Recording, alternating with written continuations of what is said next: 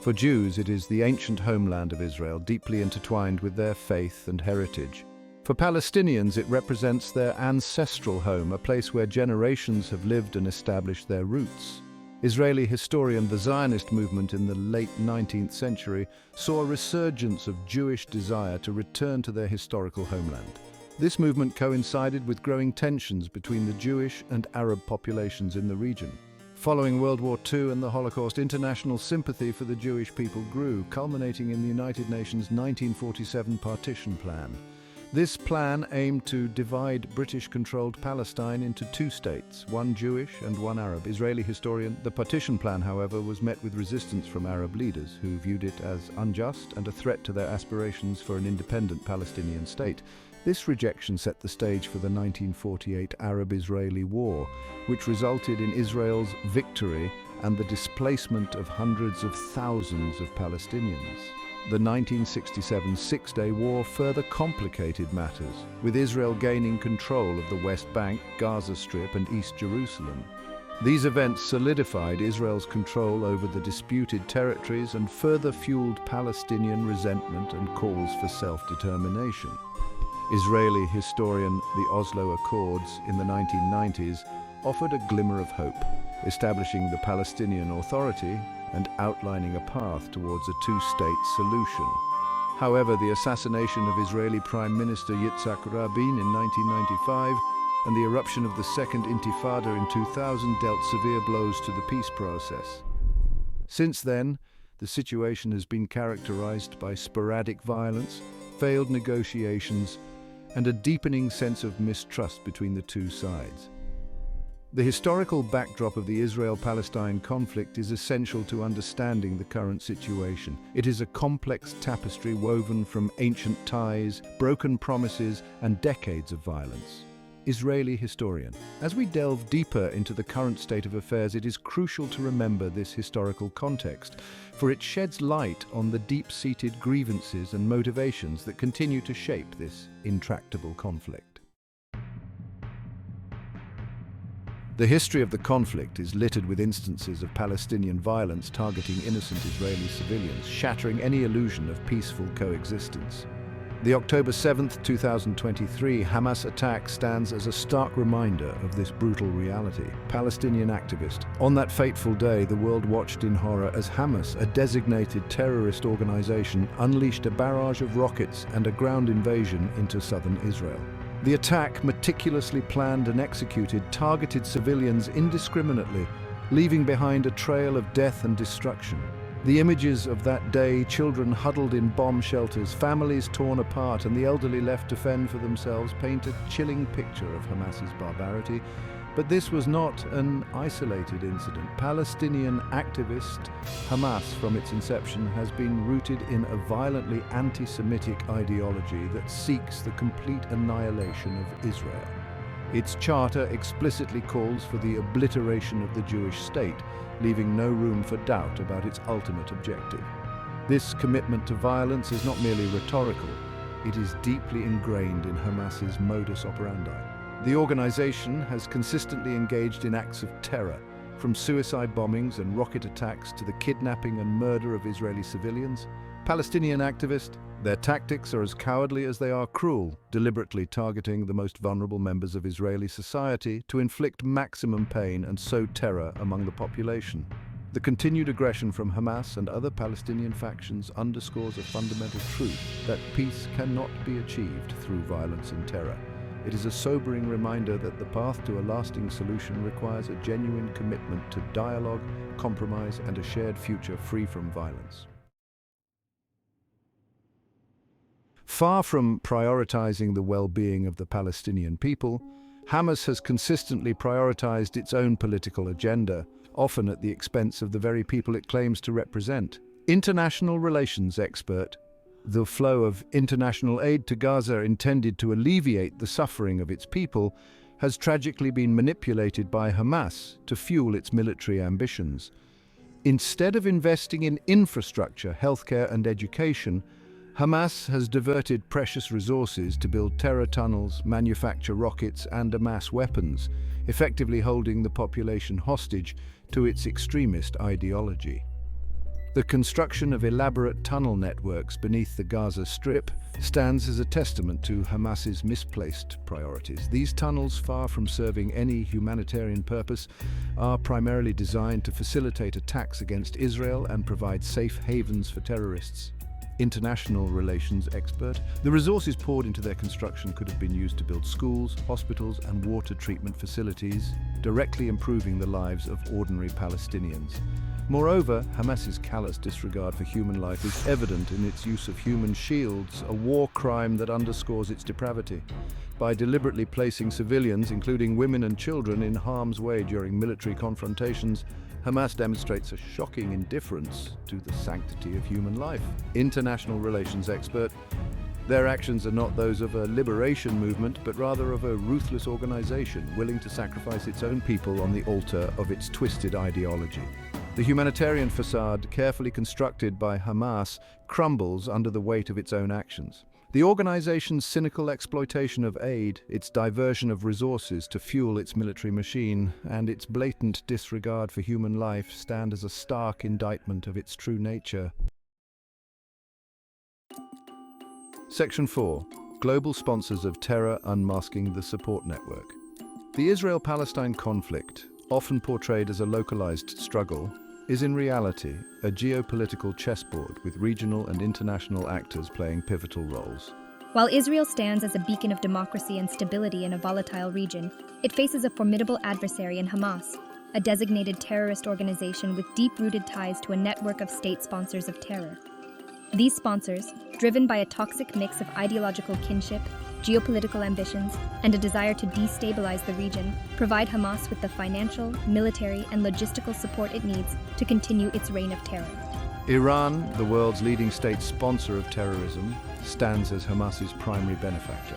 The Iranian regime, fueled by its revolutionary zeal and a deep-seated hatred of Israel, views Hamas as a crucial proxy in its quest for regional hegemony.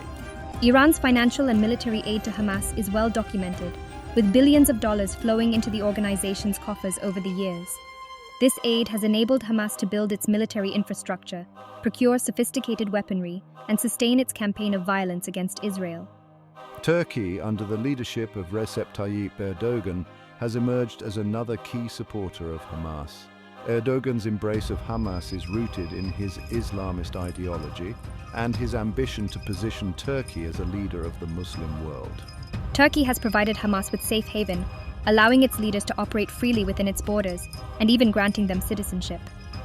Moreover, Turkey has facilitated the transfer of funds and weapons to Hamas, further bolstering the organization's capabilities.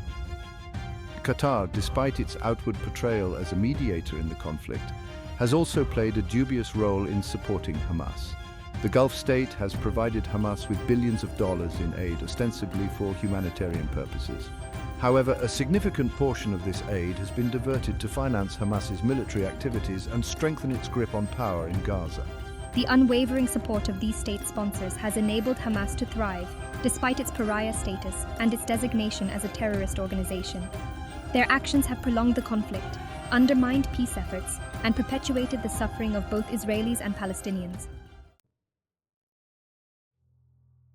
Section 5. A world of double standards. The hypocrisy of international response. The Israel-Palestine conflict has long exposed a glaring double standard within the international community, a selective outrage that condemns Israel's actions while turning a blind eye to the atrocities committed by Palestinian terrorist groups like Hamas. This hypocrisy, fueled by a toxic mix of anti-Semitism, historical revisionism, and a failure to grasp the complexities of the conflict, has created a climate of impunity for Hamas, emboldening it to continue its reign of terror against innocent civilians. The All Eyes on Rafah trend, which gained traction online following the October 7, 2023 Hamas attack, exemplifies this double standard. While the world rightly condemned the horrific attack, the subsequent focus on the humanitarian situation in Rafah, a Hamas stronghold in the Gaza Strip, revealed a disturbing narrative. The hashtag, hijacked by Hamas sympathizers and amplified by a biased media, sought to shift blame onto Israel for the suffering in Gaza. ignoring the fact that Hamas bears primary responsibility for the dire situation. This selective outrage is not limited to social media trends. It permeates the halls of international organizations and the pronouncements of world leaders. The United Nations Human Rights Council, UNHRC, notorious for its anti-Israel bias, has repeatedly condemned Israel while remaining largely silent on Hamas's human rights abuses. This blatant double standard undermines the UNHRC's credibility and fuels the flames of conflict rather than promoting peace. The international community's muted response to Hamas's use of human shields provides another stark example of this hypocrisy.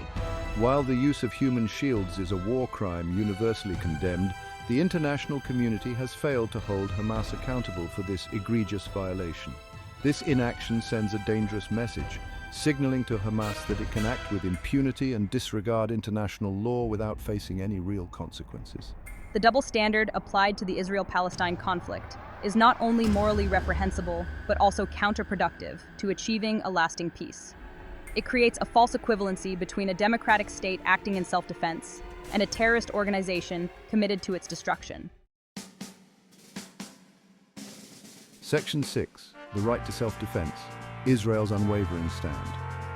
At the heart of the Israel-Palestine conflict lies a fundamental right enshrined in international law, the right to self-defense. Israel, surrounded by hostile neighbors and facing an existential threat from terrorist organizations like Hamas, has an inherent right to defend its citizens and its sovereignty. This right is not a matter of debate. It is a cornerstone of the international order and a principle upheld by nations across the globe. Israel's commitment to peace is well documented. The country has repeatedly sought to resolve the conflict through negotiations, making painful concessions in the hope of achieving a lasting settlement.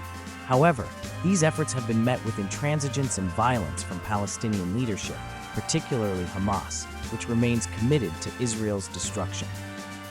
The Oslo Accords, once hailed as a breakthrough, were torpedoed by a wave of Palestinian terror attacks, demonstrating the futility of negotiating with an entity that refuses to renounce violence.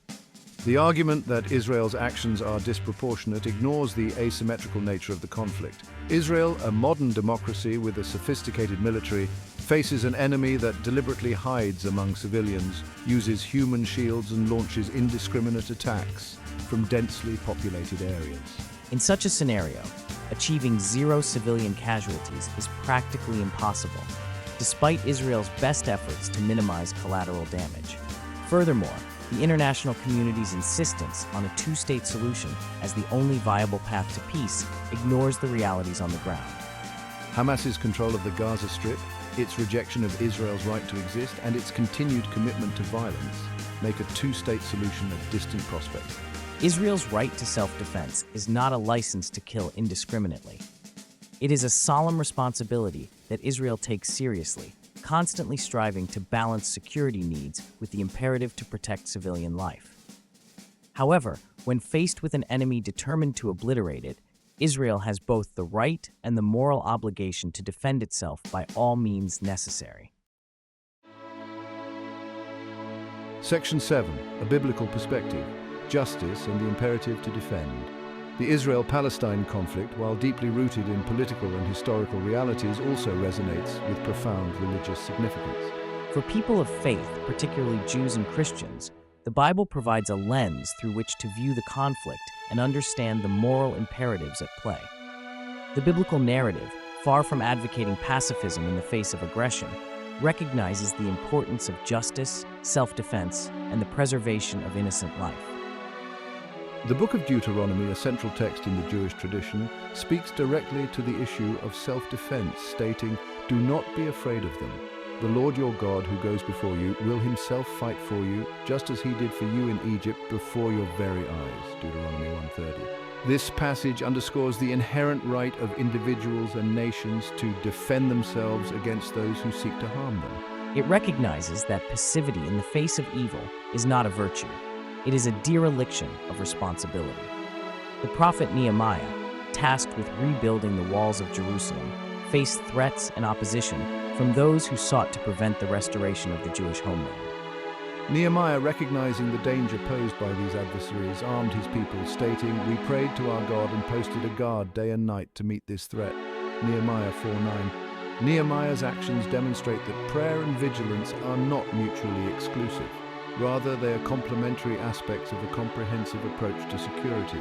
The biblical narrative does not glorify violence, but recognizes its necessity in a fallen world where evil exists. It affirms the right of individuals and nations to defend themselves against aggression, to protect their citizens, and to preserve their way of life.